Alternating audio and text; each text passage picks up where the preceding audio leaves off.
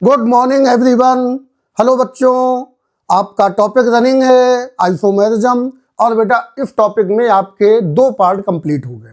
Structural isomerism में chain isomerism and positional isomerism, ये दोनों पार्ट कंप्लीट हो गए।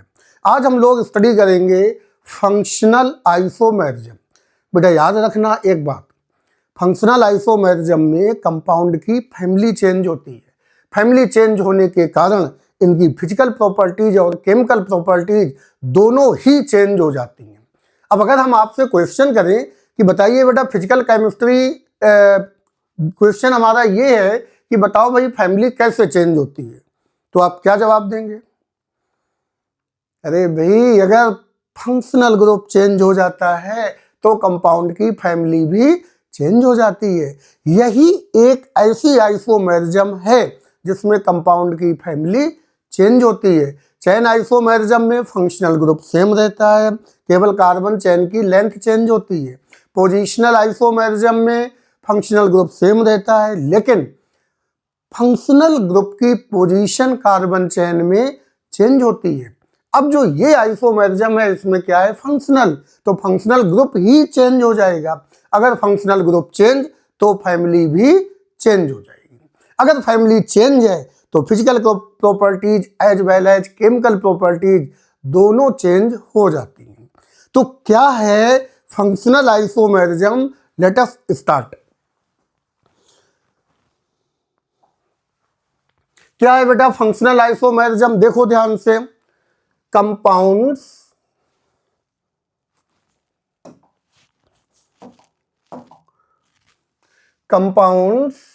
with same molecular formula but different nature of functional group are called Fi। क्या कह रहा है? कंपाउंड जिनके मॉलिकुलर फॉर्मूले सेम होते हैं लेकिन different nature of functional group, functional group का नेचर चेंज हो जाता है, तो हम इन्हें बोलते हैं फंक्शनल आइसोमर्स। क्या बोलेंगे? Functional isomers. ठीक है ना? फिर एक बार समझो, फंक्शनल आइसोमेरिज्म में कार्बन चेन की लेंथ भी चेंज हो सकती है। क्यों? फंक्शनल ग्रुप चेंज हो रहा। नंबर एक। नंबर दो, पोजीशन का कोई लॉजिक ही नहीं, क्योंकि फंक्शनल ग्रुप चेंज हो रहा है। इसका मतलब ये है कि Ci chain isomerism and Pi positional isomerism दोनों को यहां पर कंसीडर नहीं करना है। तो की पॉइंट क्या है यहां पर? Ci and Pi are neglected in this isomerism। अगला पॉइंट क्या है? Functional isomers have different physical and chemical properties. जो फंक्शनल आइसोमर्स होते हैं इनकी फिजिकल प्रॉपर्टीज और केमिकल प्रॉपर्टीज दोनों अलग अलग होती हैं। देखते हैं आगे examples.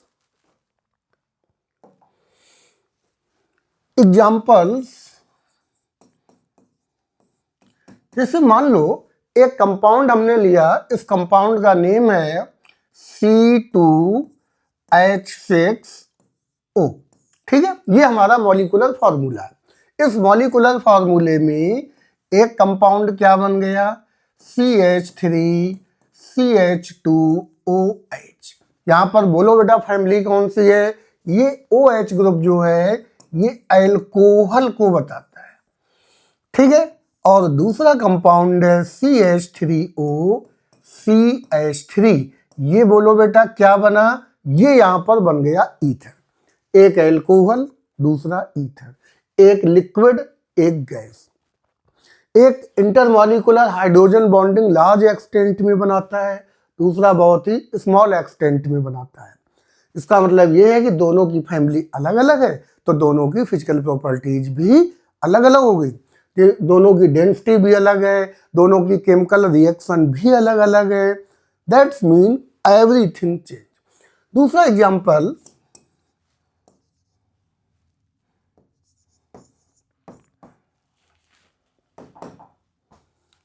CH3CH double bond CH2। बताइए बेटा ये फैमिली कौन सी है? ये है एल्कीन, और इसका मॉलिक्यूलर फार्मूला है C3H6। ये इसका मॉलिक्यूलर फॉर्मूला है। ठीक है, 3 1 4 4 2 6, हाइड्रोजन 6 हो गए और कार्बन 3 है यहाँ पर। सेकेंड आइसोमर इसका CH2 CH2 CH2 CH2, ये है साइक्लोएल्केन। ये बन गया यहाँ पर साइक्लोएल्केन बन गया। ये अनसैचुरेटेड है, ये सैचुरेटेड है। यहाँ पर पाई बॉन्ड है, यहाँ पर कोई भी पाई बॉन्ड प्रेजेंट नहीं है। ये असाइक्लिक कंपाउंड है जबकि ये साइक्लिक कंपाउंड है। तो फैमिली चेंज हो गई। जैसे ये दिया गया है C3H6O, ठीक है ना बेटा, ये मॉलिक्यूलर फॉर्मूला है। अब यहाँ पर देखते हैं, एक कंपाउंड तो हमारा बन गया CH3CH2 C double bond OH। बताइए बेटा इसकी फैमिली क्या है? ये है एल्डिहाइड फैमिली। और दूसरा स्ट्रक्चर बना CH3C double bond O CH3, ठीक है, CH3C double bond O CH3। बताइए बेटा इसकी फैमिली क्या है? ये फैमिली बन गई कीटोन। एक एल्डिहाइड दूसरा कीटोन, एक एल्डिहाइड दूसरा कीटोन। यहाँ पर एक इशू भी रहता है फंक्शनल आइसोमेरिज्म में, एल्डिहाइड और कीटोन में क्या इशू आता है कि इनमें इनॉल फॉर्म भी बन जाता है। इनॉल फॉर्म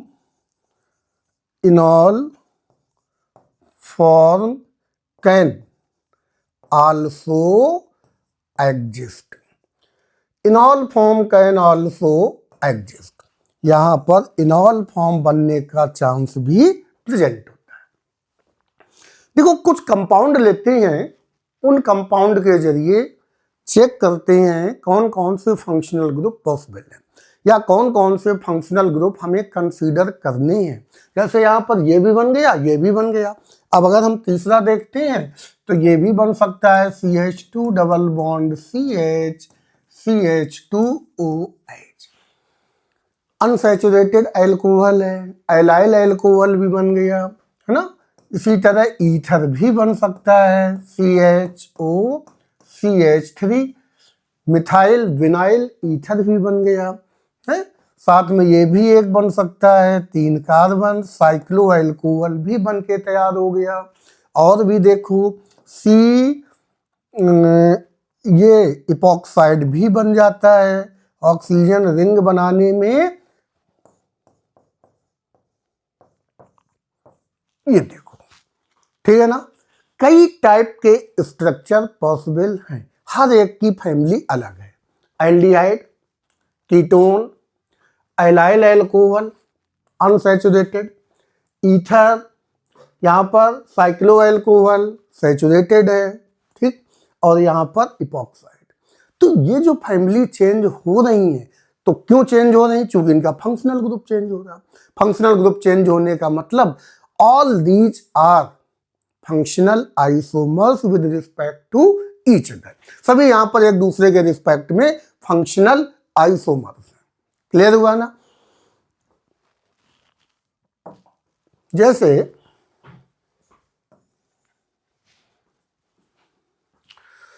कुछ कंपाउंड्स लेते हैं, जैसे कि नंबर 1, अगर मान लो जनरल फॉर्मूला हमारा दिया गया है CnH2n, ठीक है, हमें यहाँ पर फंक्शनल आइसोमर कंसीडर करनी है। तो देखो बेटा, इसमें हम क्या क्या बना सकते हैं? एक तो बन जाएगा एल्कीन और दूसरा बनेगा साइक्लोएल्कीन। ये बन के तैयार हुआ, एल्कीन एंड साइक्लोएल्कीन। अगर इस तरह की जनरल कंडीशन आ गई है तो नंबर 2,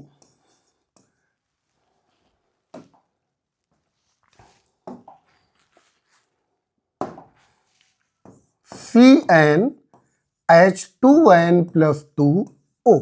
अगर ये जनरल फॉर्मूला है तो हम कंसीडर करेंगे एल्कोहल और दूसरा बनेगा ईथर। ये दोनों फंक्शनल ग्रुप के रिस्पेक्ट में हम स्टडी कर रहे हैं। थर्ड पॉइंट, जैसे CnH2nO, यहाँ पर 2 हाइड्रोजन कम हो गए, ठीक है ना। तो हम इनको कंसीडर करेंगे फंक्शनल आइसोमेरिज्म में एग्जाम के लिए। एक करेंगे एल्डिहाइड और जबकि दूसरा क्या पढ़ेंगे, कीटोन पढ़ेंगे। एक एल्डिहाइड और एक कीटोन पढ़ेंगे।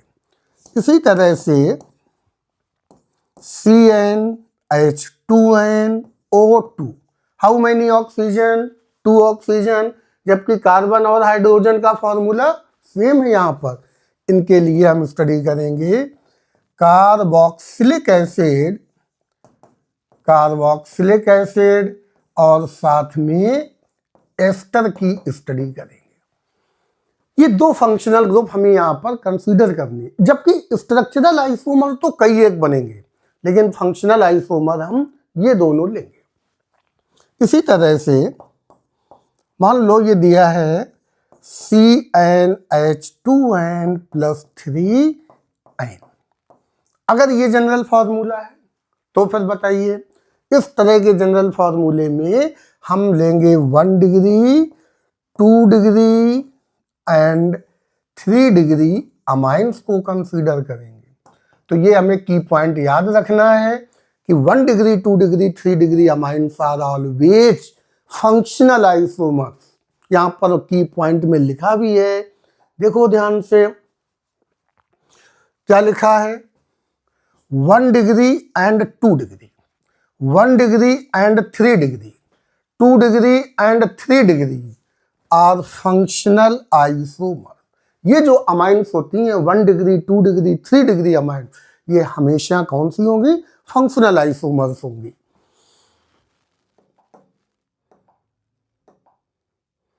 ठीक है, तो 1 degree, 2 degree and 3 degree amines are always functional isomers. इसी तरह से अगर मान लो ये दिया है RCN, तो ये यहाँ पर फैमिली है साइनाइड, ये साइनाइड हो जाएगी और दूसरी इसकी बन जाएगी RNC। ये साइनाइड है और ये क्या बन गया, आइसो साइनाइड में कंसीडर करेंगे। नाइट्रोजन पॉजिटिव होता है यहाँ और कार्बन नेगेटिव होता है। ठीक है, cyanide and isocyanide.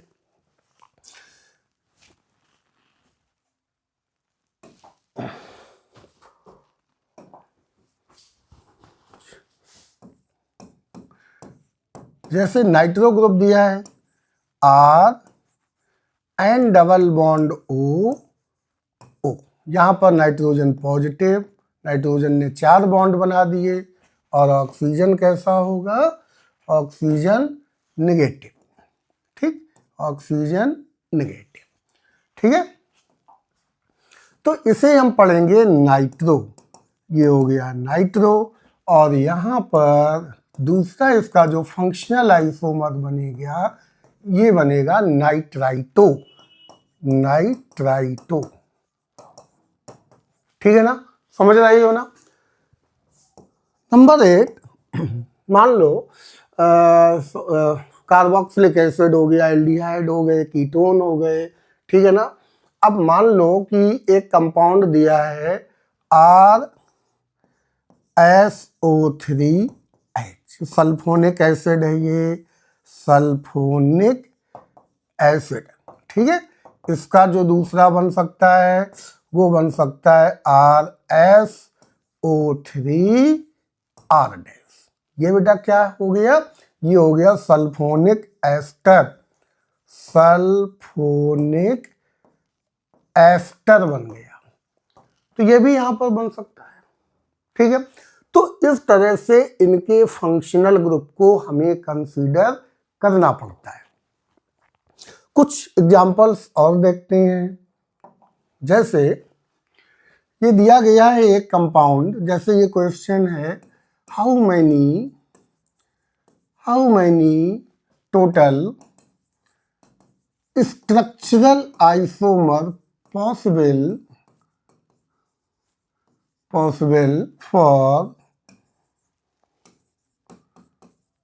for C3H8O, बताइए बेटा कितने स्ट्रक्चरल आइसोमर्स बनेंगे C3H8O के? सोचो। जब भी स्ट्रक्चरल आइसोमर्स पर क्वेश्चन बने तो सबसे पहले हमें करना क्या है, इनके क्या बनाने हैं, फंक्शनल आइसोमर बनाइए। फिर फंक्शनल ग्रुप के अकॉर्डिंग फिर हम इनको अलग अलग कर लेंगे। जैसे यहां पर देखते हैं, ये कंपाउंड है C3H8O, क्या जनरल फार्मूला है, CnH2n+2O, ये इसका जनरल फार्मूला है। और ये जनरल फार्मूला हमें बताता है कि अल्कोहल एंड ईथर बनेगा। तो सबसे पहले तो हम अल्कोहल और ईथर बनाते हैं, C3H8O। ठीक है बेटा। अब आप देखो ध्यान से, अल्कोहल पहले बना लो तो एक alcohol CH3 CH2 CH2OH, 1 degree alcohol. ये अल्कोहल कितने डिग्री का है, 1 डिग्री का, क्योंकि 1 डिग्री कार्बन से जुड़ा है। ये स्टार्टिंग में मैंने पढ़ाया था जब आयुपैक की स्टार्टिंग हुई थी। दूसरा अल्कोहल बनाइए CH3 CHOH CH3, ये बन गया 2 डिग्री अल्कोहल। ठीक। अब क्या इसके अलावा कोई और भी अल्कोहल बनेगा? मुझे नहीं लगता कोई और बनेगा, क्योंकि 3 कार्बन है और 3 कार्बन के अल्काइल ग्रुप कितने होती हैं, 2। एक होता है नॉर्मल प्रोपाइल और दूसरा आइसोप्रोपाइल। यदि हम इसका नेम लिखें तो ये क्या नेम हो गया, normal propyl alcohol, isopropyl alcohol. Common system में मैंने स्टडी कराया है। IUPAC name propanol 1, propanol 2। अब बनाते हैं ईथर, क्योंकि दूसरी फैमिली क्या है, ईथर है। तो ईथर में CH3, ईथर में दोनों साइड में अल्काइल ग्रुप आता है CH3, ये ईथर बन गया। क्या और भी कोई ईथर बनेगा? नहीं बनेगा ना। यहां पर इन दोनों का केस हो गया अल्कोहल, जबकि ये बन गया ईथर बन गया। तो अल्कोहल कितने बने, अल्कोहल बने 2, ईथर कितने बने, ईथर बना 1। जरा सोचो, अल्कोहल 3 कार्बन, 1 डिग्री 2 डिग्री और 1 ईथर, तो टोटल आइसोमर कितने हुए बताओ भाई। Total isomers is equal to 3 हो गए। टोटल आइसोमर्स यहां पर बने 3। तो 3 आइसोमर के लिए हमें ये टोटल हो गए, इनकी हमें रिप्लाई 3 देनी है। ऐसे एक बड़ा क्वेश्चन देखते हैं, नीट में पूछा गया है ये क्वेश्चन। ठीक है,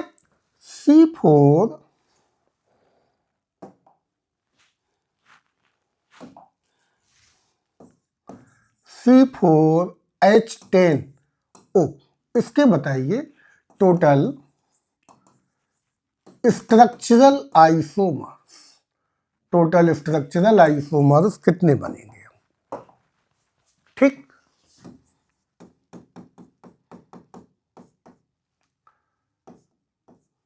नीट का क्वेश्चन। तो पहले तो बेटा करना क्या है, सोचो।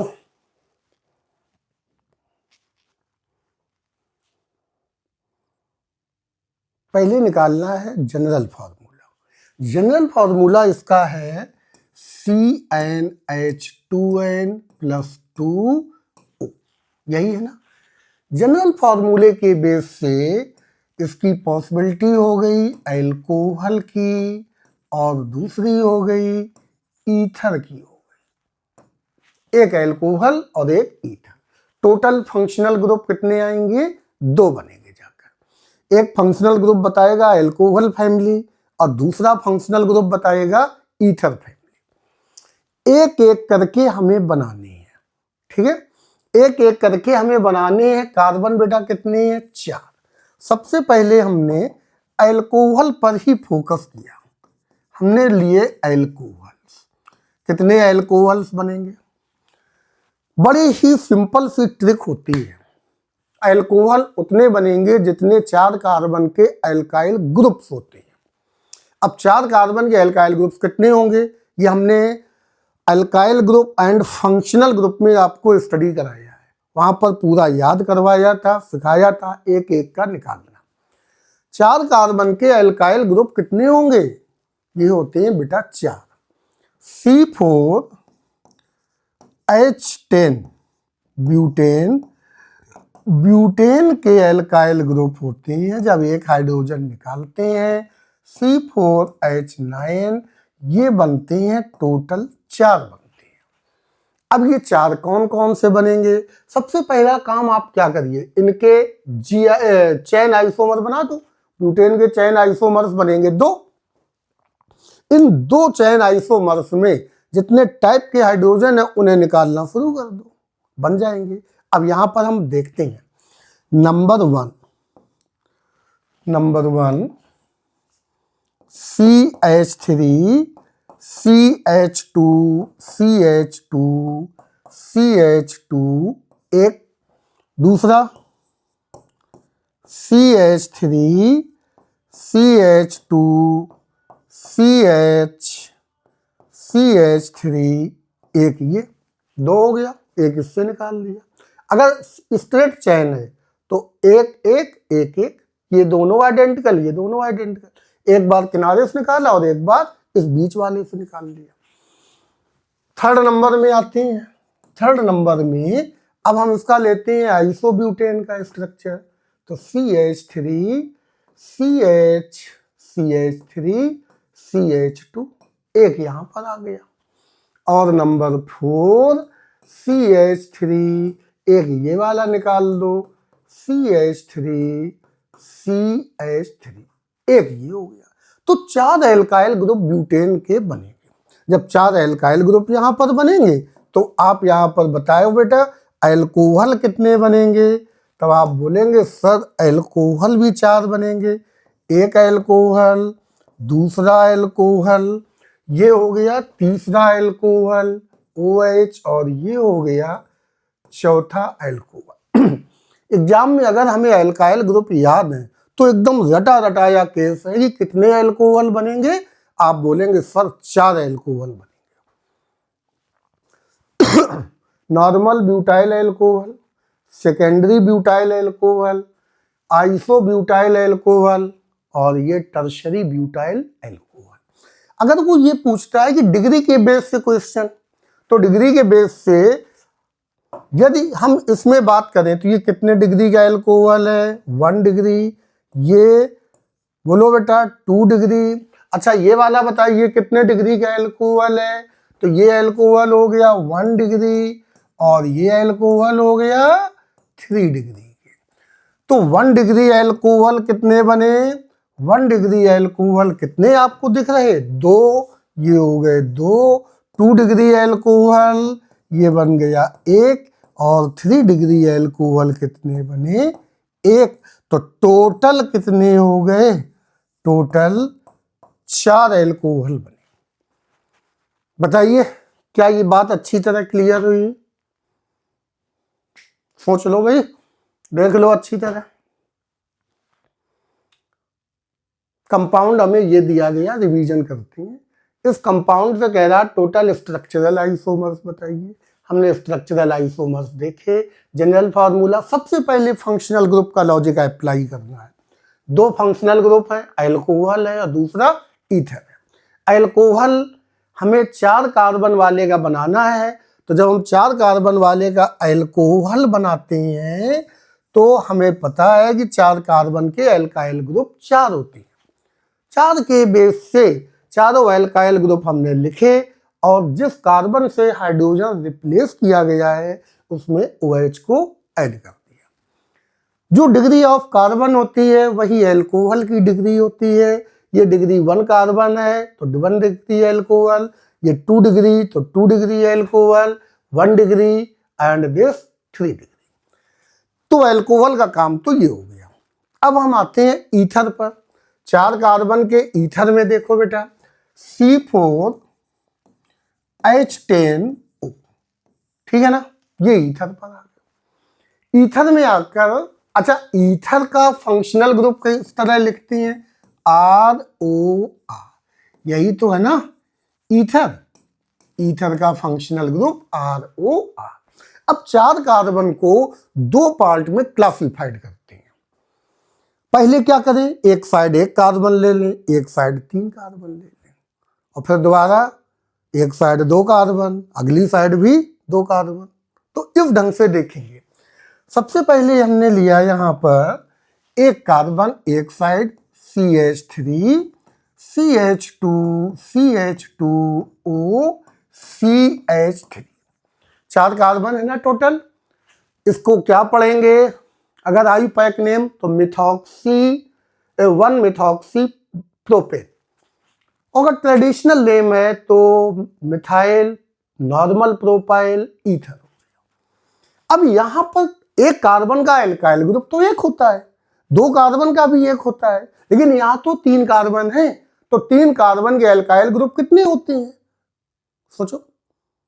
3 कार्बन में ये दोनों हाइड्रोजन तो एक जैसे कार्बन है, ये वाला हो रहेगा, एक नॉर्मल प्रोपाइल, दूसरा आइसोप्रोपाइल। तो जब दूसरा देखेंगे CH3, CH, CH3, O, CH3, isopropyl methyl ether, methyl normal propyl ether, what it. तो 3 कार्बन और 1 कार्बन के 2 बनेंगे जाकर, ये तो हो गए 2। अब अगले स्टेप में 2 कार्बन दोनों साइड कर दो, CH3, CH2O, CH2, CH3, इसका नेम डाई इथाइल ईथर हो गया, ये डाई इथाइल ईथर हो गया बेटा। अब एक ये बनेगा, अब 2 कार्बन का जो एल्काइल ग्रुप है, इसके कितने एल्काइल बनेंगे ईथेन के, तो इसका तो अकेला होता है, तो जब अकेला होता है तो ये अकेला ही स्ट्रक्चर बनेगा।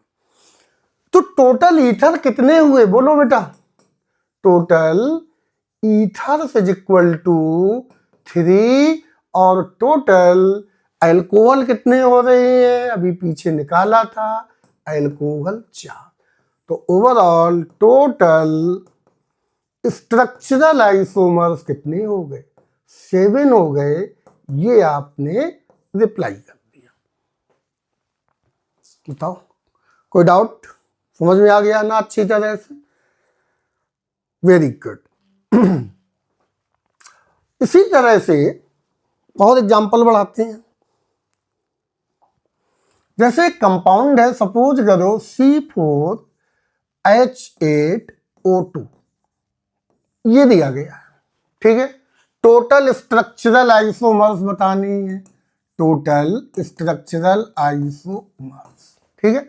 अच्छा यहां पर हम बेटा एक क्वेश्चन आपको होमवर्क में दे रही हैं, आपको सॉल्व करना है।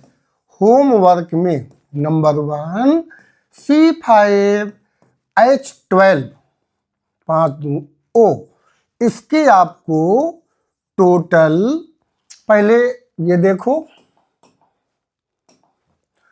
Total number A 1 degree alcohol बताने हैं, 1 degree alcohol. Number B total 2 degree alcohol. Number C total 3 degree alcohol. Number D total alcohols, total alcohols कितने बने, ठीक है। अगला पॉइंट डी के बाद में ई टोटल ईथर्स कितने बने, ठीक है, टोटल ईथर्स। और finally total structural isomers, total structural isomers कितने बने जाकर। तो ये क्वेश्चन आपको सॉल्व करके लाना है, ठीक है, ये आपको बिल्कुल दिमाग में रखना है, प्रैक्टिस करिए। This question is very very important. अगर 4 का आ चुका है तो 5 का भी आएगा, ठीक है। जेईई एडवांस में इस तरह की प्रॉब्लम इंटीजर टाइप में पूछते हैं, नीट में भी पूछती है। अब तो नीट का पेपर भी काफ़ी कॉम्प्लिकेट, देखने में तो ऑब्जेक्टिव होता है लेकिन उसमें हर तरह के क्वेश्चन होते हैं, असर्शन रीजन भी आते हैं, चार और मैचिंग के भी क्वेश्चन आते हैं, तो हर तरह के क्वेश्चन होते हैं। अब सिंपल स्ट्रेटजी नहीं है, दैट्स मीन एक एक क्वेश्चन में वो 8-8 10-10 टाइप की स्ट्रेटजी अप्लाई कराता है और कई एक चैप्टर एक साथ कंसीडर करा देता है।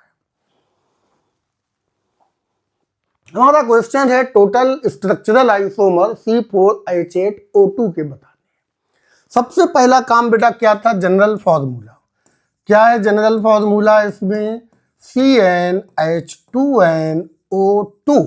तो अब आप बताइए इसके बेस से क्या बनेंगे, इसके बेस से यहां पर बनेगा, एक बनेगा कार्बोक्सिलिक एसिड, कार्बोक्सिलिक एसिड, और दूसरा बनेगा एस्टर।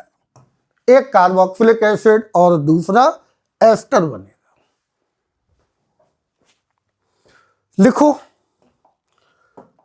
सबसे पहले हमने कार्बोक्सिलिक एसिड पर बात की। Number A carboxylic acid, carboxylic acid बताओ बेटा, कार्बोक्सिलिक एसिड का फंक्शनल ग्रुप क्या है, COOH, ये ठीक है। तो कार्बोक्सिलिक एसिड बनाते हैं 4 कार्बन में, 1 2 3 4, COOH। अब यहां पर एक बात तो ध्यान रखनी है, ये जो ग्रुप का कार्बन है ये तो फिक्स हो गया, इसमें तो कोई वेरिएशन नहीं हो सकता है। अब बचे कितने कार्बन, 1 2 3, 3 कार्बन बचे हैं और 3 कार्बन की बना दो एल्काइल ग्रुप। समझ रही हो ना, ये तो हमारा निकल गया ना, इस कार्बन का कोई लॉजिक नहीं है कि हम इसको चेंज कर सके, ये तो फंक्शनल ग्रुप में चला गया। अब 3 कार्बन के बेस से COOH और ये हो गया C।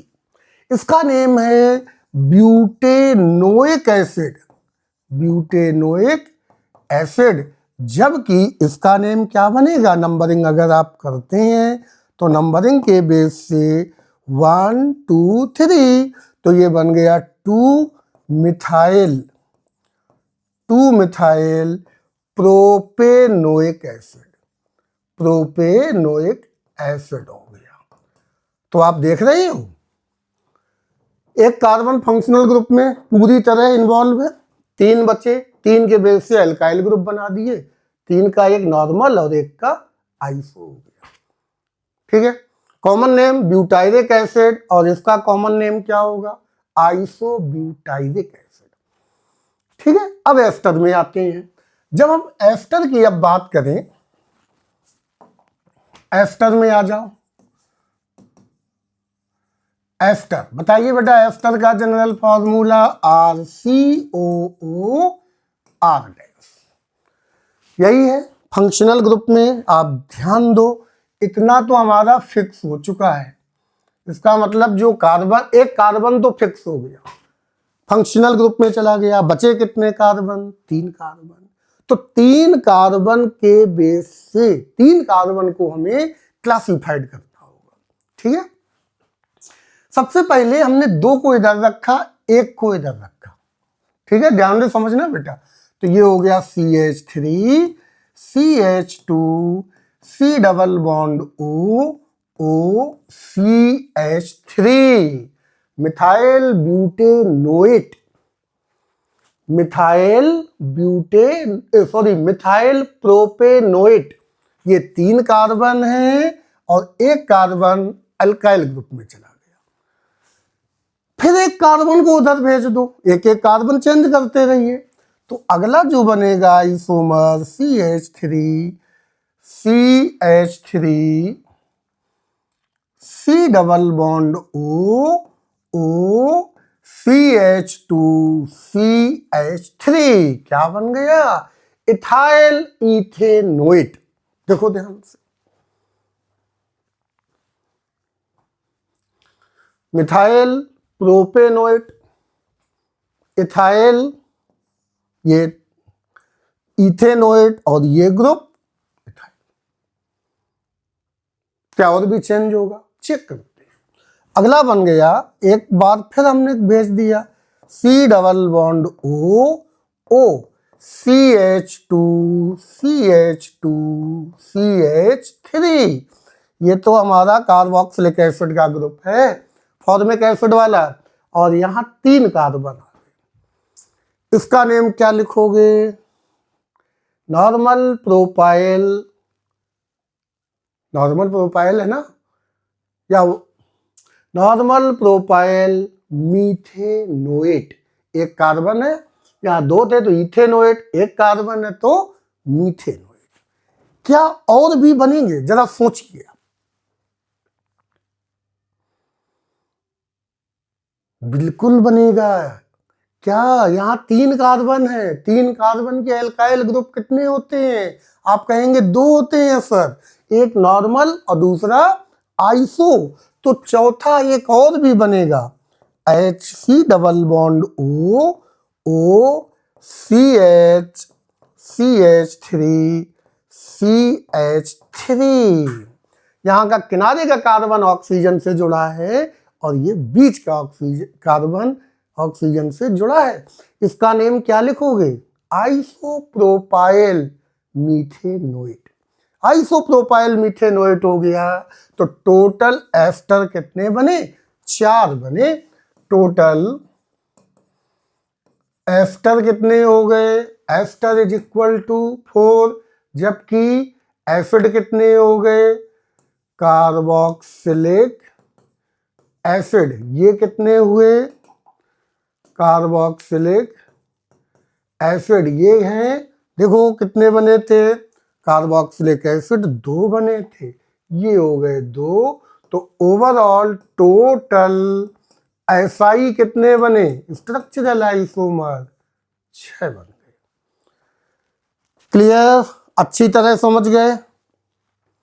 कोई डाउट हो तो आप हमारे कमेंट्स में लिखिए, हम आपको गाइड करेंगे। एक क्वेश्चन फाइनली और देखते हैं।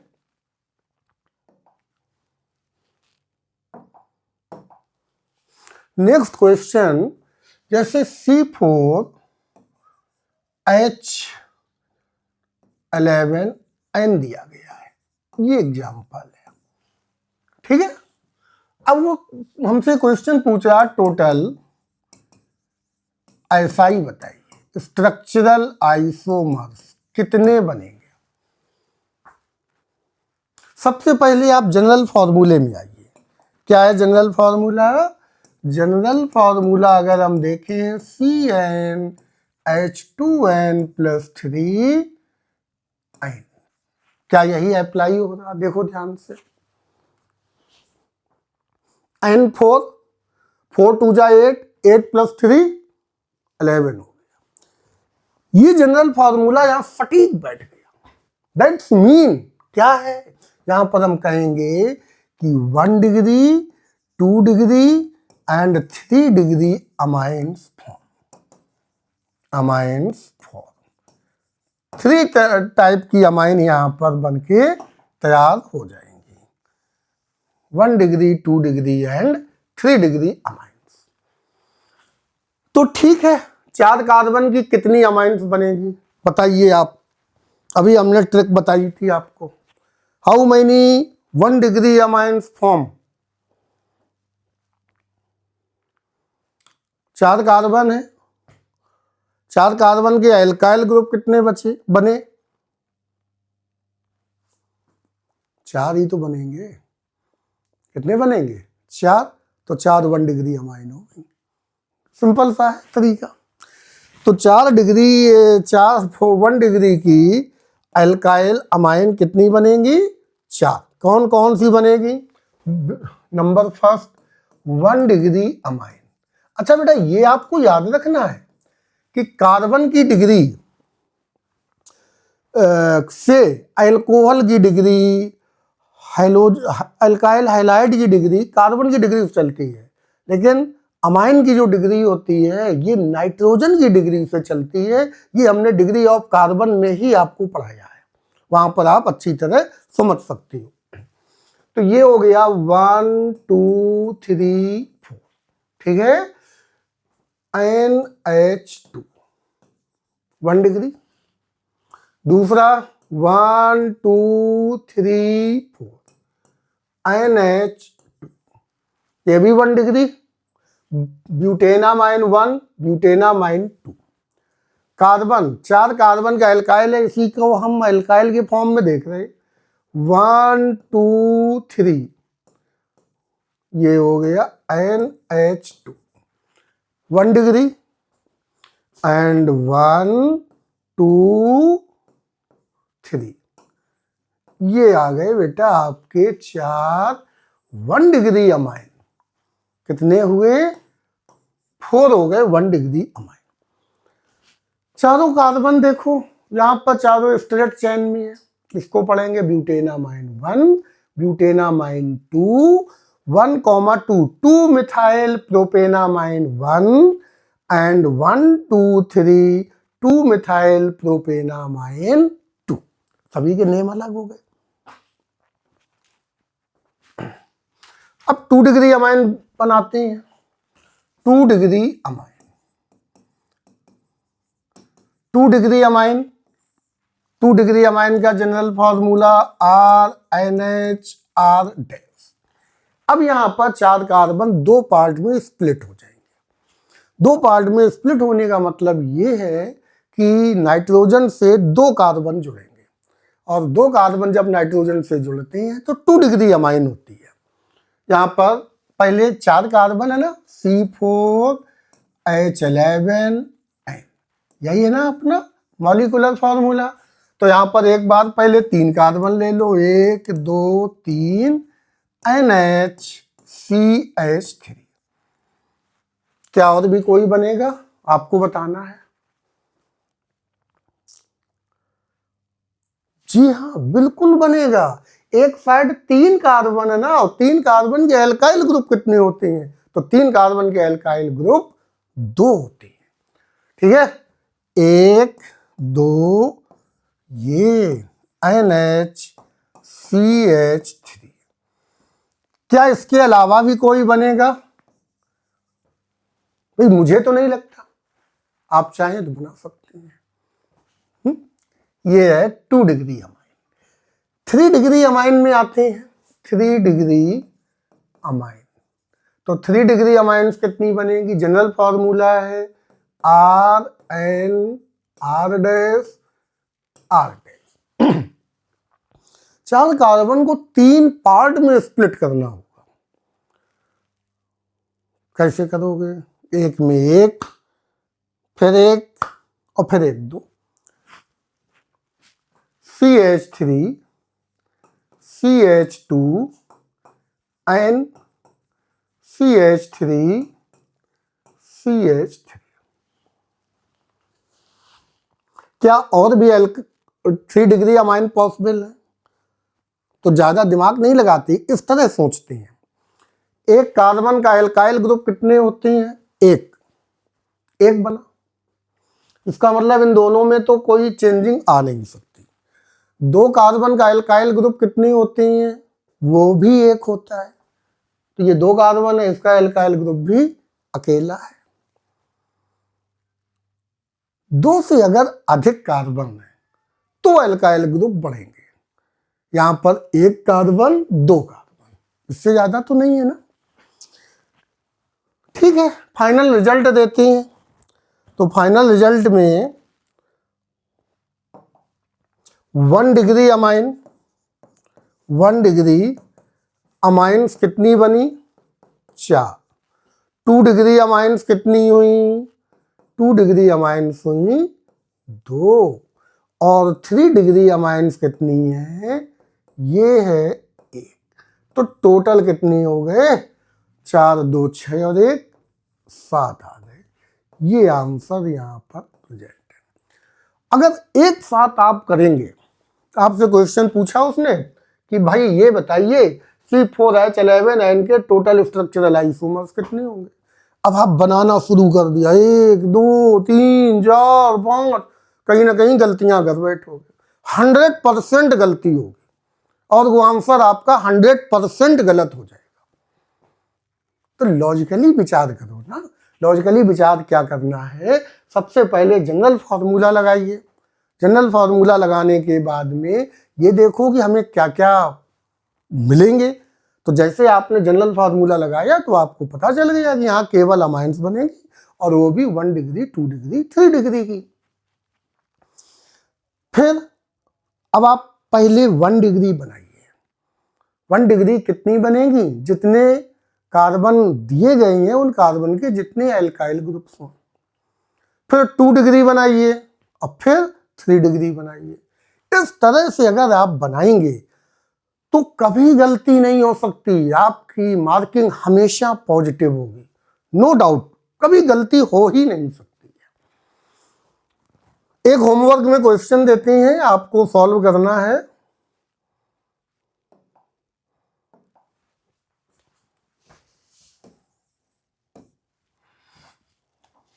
Find total 1 degree amine, 2 degree amine, 3 degree amines and total structural isomers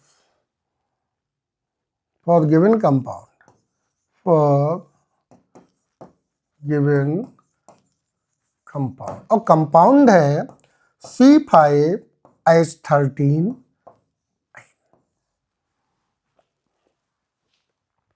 ये आपको बनानी है। अगर आप इनको बना लेंगे तो अमाइन में कभी गलती होने के चांस ही नहीं रहेंगे, हमेशा सही होंगे। आगे आपकी इच्छा, क्योंकि काम तो आपको करना है, मेरा काम तो गाइड करना है, पढ़ाना है, आपको पूरा सिलेबस प्रोवाइड करना है। लेकिन भाई प्रैक्टिस किसको करनी है, प्रैक्टिस तो आपको ही करनी है। अगर आपकी प्रैक्टिस कमज़ोर है तो चाहे जितना गाइड किया जाए फिर कोई फर्क नहीं पड़ता है। आपको मालूम है कि बड़े बड़े इंस्टीट्यूट क्यों फलीभूत हैं, जो कहते हैं कि हम आपको पक्का रिजल्ट दे देंगे। अरे रिजल्ट वो नहीं देंगे, रिजल्ट तो आप ही देंगे। आप देखती हो न्यूज़पेपर में जब रिजल्ट आता है, बहुत से बच्चे जो बहुत गरीब घराने के हैं, कोई भी इंस्टीट्यूट को ज्वाइन नहीं कर सकते हैं, वो अच्छी रैंक लेकर आ जाते हैं। जबकि वो कहते हैं कि मैंने घर में सेल्फ स्टडी की 4 घंटे 5 घंटे रेगुलर, और साथ में काम भी किया। काम में कुछ कहते मेरे फादर रिक्शे वाले थे, या कोई कहते मोची हैं, उन्होंने काम भी किया और साथ में रिजल्ट भी दे दिया, वो भी टॉप रैंकर्स में आते हैं। तो दैट्स मीन स्टडी केवल बच्चे को करनी है, बच्चा ही अपनी प्रैक्टिस करेगा तभी वो सक्सेस होगा। ऐसा नहीं कोई इंस्टीट्यूट उसको परोस देगा ये लो, और कोई ये भी नहीं जानता यही क्वेश्चन आनी है, ये भी कोई इंस्टीट्यूट नहीं बोलता है। वो ये इंस्टीट्यूट भी कहता है कि हार्ड वर्क करिए, स्मार्ट वर्क करिए और कंसिस्टेंसी से वर्क करिए। आपको मैं एक फॉर्मूला दूंगा, अगर उस फॉर्मूले को आप अप्लाई करेंगे तो कोई भी कंपटीशन हो, चाहे जेई हो, चाहे नीट हो, चाहे जेई एडवांस हो, 100% आप रिजल्ट होंगे, रिजल्ट लेकर आएंगे, वो भी टॉप रैंकर में सिंगल डिजिट में लेकर आएंगे। तो बढ़ते हैं आगे। ये थी बेटा functional isomerism. Got it? Clear हो गया ना? याद रखो फंक्शनल आइसोमेरिज्म में केवल हमें फंक्शनल ग्रुप की ही स्टडी करनी होती है। अगला टर्म आता है जिसे हम कहते हैं रिंग चेन आइसोमेरिज्म। ठीक है, रिंग चेन आइसोमेरिज्म क्या है? Ring chain isomerism is the part of functional isomerism. ये फंक्शनल आइसोमेरिज्म का ही एक हिस्सा है। एनसीईआरटी में रिंग चेन आइसोमेरिज्म को मेंशन नहीं किया गया है, लेकिन अलग से बहुत से टीचर इसको पढ़ा देते हैं रिंग चेन आइसोमेरिज्म। इसका जो नेम है इसी ढंग से इसका काम है। जैसे चेन आइसोमेरिज्म, कार्बन चेन की length, position isomerism, functional group की position, functional isomerism, functional group का ही चेंज हो जाना। इसी तरह रिंग चेन भी है। रिंग चेन में क्या है कि जब हम आईयूपैक नेम लिखते हैं तो एक बार रिंग पेरेंट बनती है और उसी के आइसोमर में ओपन चेन पेरेंट बनती है। एक में क्या बन रही, रिंग पेरेंट बनेगी, और उसके आइसोमर में ओपन चेन पेरेंट बनती है। जैसे सिंपल सा एग्जांपल पहले समझ लो इसको। When two or more organic compounds, two or more organic compounds have same molecular formula, but they differ in their structures due to one being a cyclic compound, एक कैसा है, cyclic compound, and the other one an open chain compound, दूसरा open chain compound है और एक cyclic compound है। Then they are called ring chain isomers and the phenomena is known as ring chain isomerism. It is a part of functional isomerism. ये functional isomerism का ही एक part है। क्या ये आपको डेफिनेशन समझ में आ गई? मॉलिक्यूलर फार्मूला सेम होगा, लेकिन जब आइसोमर की हम स्टडी करते हैं, आइसोमर में एक आइसोमर का पेरेंट बन रहा ओपन चेन और दूसरे का बन रहा रिंग, तो आप समझ जाइए रिंग चेन आइसोमेरिज्म है। लेकिन फंक्शनल ग्रुप तो चेंज ही हुआ है ना, तो फंक्शनल ग्रुप चेंज होने के कारण ये फंक्शनल आइसोमेरिज्म भी है। It is the main, functional isomerism is the father, ring chain isomerism is the child of functional isomerism. अब क्लियर हो गया ना? ओके।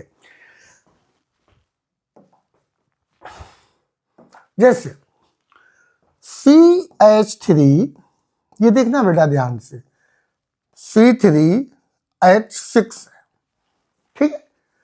अब इसमें आपने देखा इसका जनरल फॉर्मूला क्या है, CnH2n। क्या क्या बनेगा, एक तो एल्कीन बनेगी और दूसरा साइक्लोएल्केन बनेगा।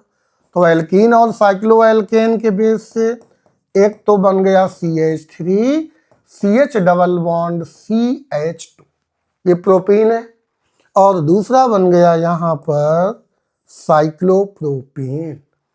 तो क्या चेंज हुआ, फंक्शनल ग्रुप चेंज हो गया। तो ये फंक्शनल आइसोमेरिज्म तो है ही, नो डाउट, लेकिन इसी को बोलते हैं रिंग चेन आइसोमेरिज्म। एक में हम रिंग को पेरेंट बना दिया और एक में ओपन चेन को पेरेंट बना दिया।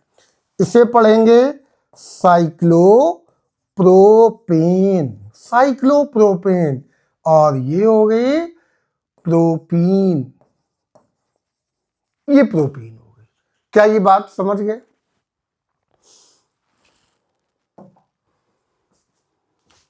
C4H10, C4H8, ये भी बेटा सेम कैटेगराइज में आता है, सेम कैटेगरी है, तो इसको भी देखो CH3, CH double bond CH, CH3, CH3, CH2, CH double bond CH2, CH3, CH3 double bond CH2, एक साइक्लोब्यूटेन और एक स्ट्रक्चर इसका ये भी दिया है, ये है A, B, C, D, E। अगर आपसे कहा जाए, अब आप इसको बेटा ध्यान से समझना, A and B, A and B, बताइए क्या रिलेशन है A एंड B में? तो आप क्या बोलेंगे, इसका नेम है ब्यूटीन 2 और ब्यूटीन 1, तो आप कहेंगे सर पोजिशनल आइसोमर्स है। 1 एंड 3 में क्या रिलेशन है, A एंड C में? तो यहाँ पर 4 कार्बन की चेन है और यहाँ 3 कार्बन की चेन है, तो आप क्या बोलेंगे, चेन आइसोमेरिज्म। ठीक है, कुछ लोग चेन पोजीशन दोनों कह देते, आप चेन कहिए, ठीक है। 2B और C, हाँ, A का रिलेशन D और E से क्या है, A and D and E, तो बताओ आप भाई क्या होगा? तब आप कहेंगे ring chain isomerism, ring chain isomerism, या इसी को बढ़ेंगे फंक्शनल आइसोमेरिज्म। फंक्शनल ग्रुप तो चेंज हुआ है, डबल बॉन्ड चेंज हो गया है, ठीक है ना। बी का रिलेशन आपको बताना है, बी एंड सी का क्या है बेटा, बोलो, चेन आइसोमेरिज्म। और बी का रिलेशन किससे लेना है, डी से और ई से। बताओ बेटा कौन सी आइसोमेरिज्म है, बी और D, B and E, ring chain isomerism, ring chain isomerism या फंक्शनल आइसोमेरिज्म, ठीक है। सी का रिलेशन, सी का डी एंड ई से क्या रिलेशन है, तो आप कहेंगे ring chain isomerism, functional isomerism. Functional isomerism is the part, क्या है ये, ring chain isomerism is the part of functional isomerism.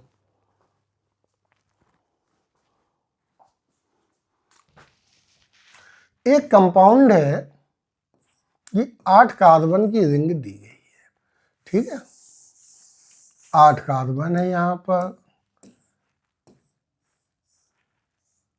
ये देखो, ठीक है।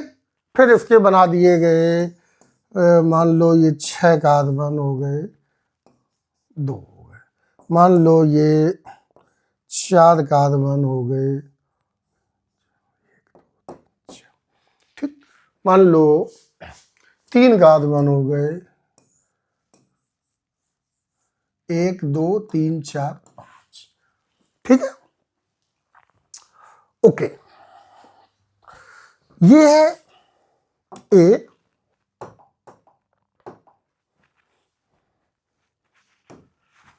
ए बी सी एंड डी, ठीक है। ए का रिलेशन बी से बताइए, ए बी क्या रिलेशन होगा,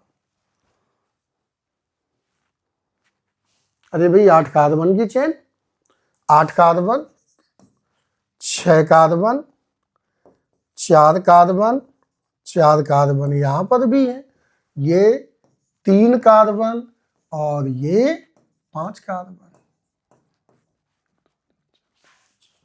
ठीक। ए और बी कार्बन चेन चेंज हो रही, पेरेंट में कार्बन चेंज हो रही है ना, तो ये क्या बन गया, ए बी चेन आइसोमेरिज्म। ए का रिलेशन बी से, अच्छा बी तो हो गया, ए का रिलेशन सी से,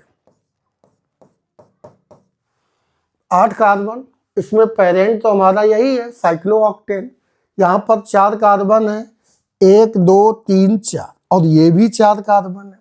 अगर दोनों में नंबर ऑफ कार्बन सेम होते हैं तो पेरेंट कौन लेती है, ओपन चेन या रिंग, तो हमेशा याद रखो पेरेंट रिंग बनता है। तो इसमें भी पेरेंट वही है, जो यहाँ पेरेंट है वही पेरेंट यहाँ पर भी है, 8 कार्बन का पेरेंट, यहाँ पर 4 कार्बन की रिंग पेरेंट हो गई, तो ये भी क्या हो गई, चेन आइसोमेरिज्म। ए का रिलेशन यदि हम डी से देखें तो बेटा अब बताइए यहां बाहर कितने कार्बन है, ये कार्बन तो 5 हैं और ये कार्बन कितने हैं, ये कार्बन 3 है, तो अब पेरेंट कौन होगी, रिंग होगी या ओपन चेन होगी,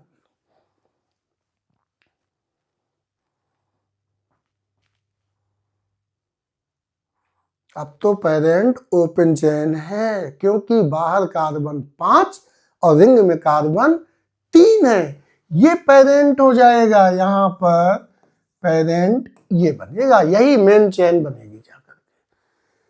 क्या फंक्शनल ग्रुप चेंज हुआ, ये भी रिंग थी, यहां पर भी रिंग थी, फंक्शनल ग्रुप तो चेंज नहीं हुआ, लेकिन पेरेंट चेंज हो गया, यहां पर रिंग है पेरेंट और यहां पर open ring parent, open chain parent, तो ये बन जाएगी pure ring chain isomerism, this is ring chain isomerism. यहां पर अब फंक्शनल नहीं कहना है, क्या कहना है, रिंग चेन आइसोमेरिज्म। फिर एक बार समझो, फंक्शनल ग्रुप क्या चेंज हुआ? नहीं हुआ, रिंग की रिंग ही बनी रही, लेकिन पेरेंट चेंज हो गया। यहां पर पेरेंट रिंग है और यहां पर पेरेंट ओपन रिंग है, ओपन चेन है। तो अगर केवल पेरेंट चेंज हो रहा, फंक्शनल ग्रुप चेंज ही नहीं हुआ, तो हम बोलेंगे रिंग चेन आइसोमेरिज्म। इसी तरह से बी का डी से relation, B D, C D, C और डी, ये सभी आपस में क्या है? Ring chain isomerism. Got it? Clear हो गया अच्छी तरह से? कोई डाउट तो नहीं है? Very good. तो ये अभी आपने जो स्टडी की, एक स्टडी की फंक्शनल आइसोमेरिज्म, दूसरी स्टडी की रिंग चेन आइसोमेरिज्म। इनकी बेटा प्रैक्टिस करो, जितनी ज्यादा आपकी प्रैक्टिस होगी आप उतने ही होशियार होंगे और अपनी सक्सेस के उतने ही क्लोज होंगे। Thank you.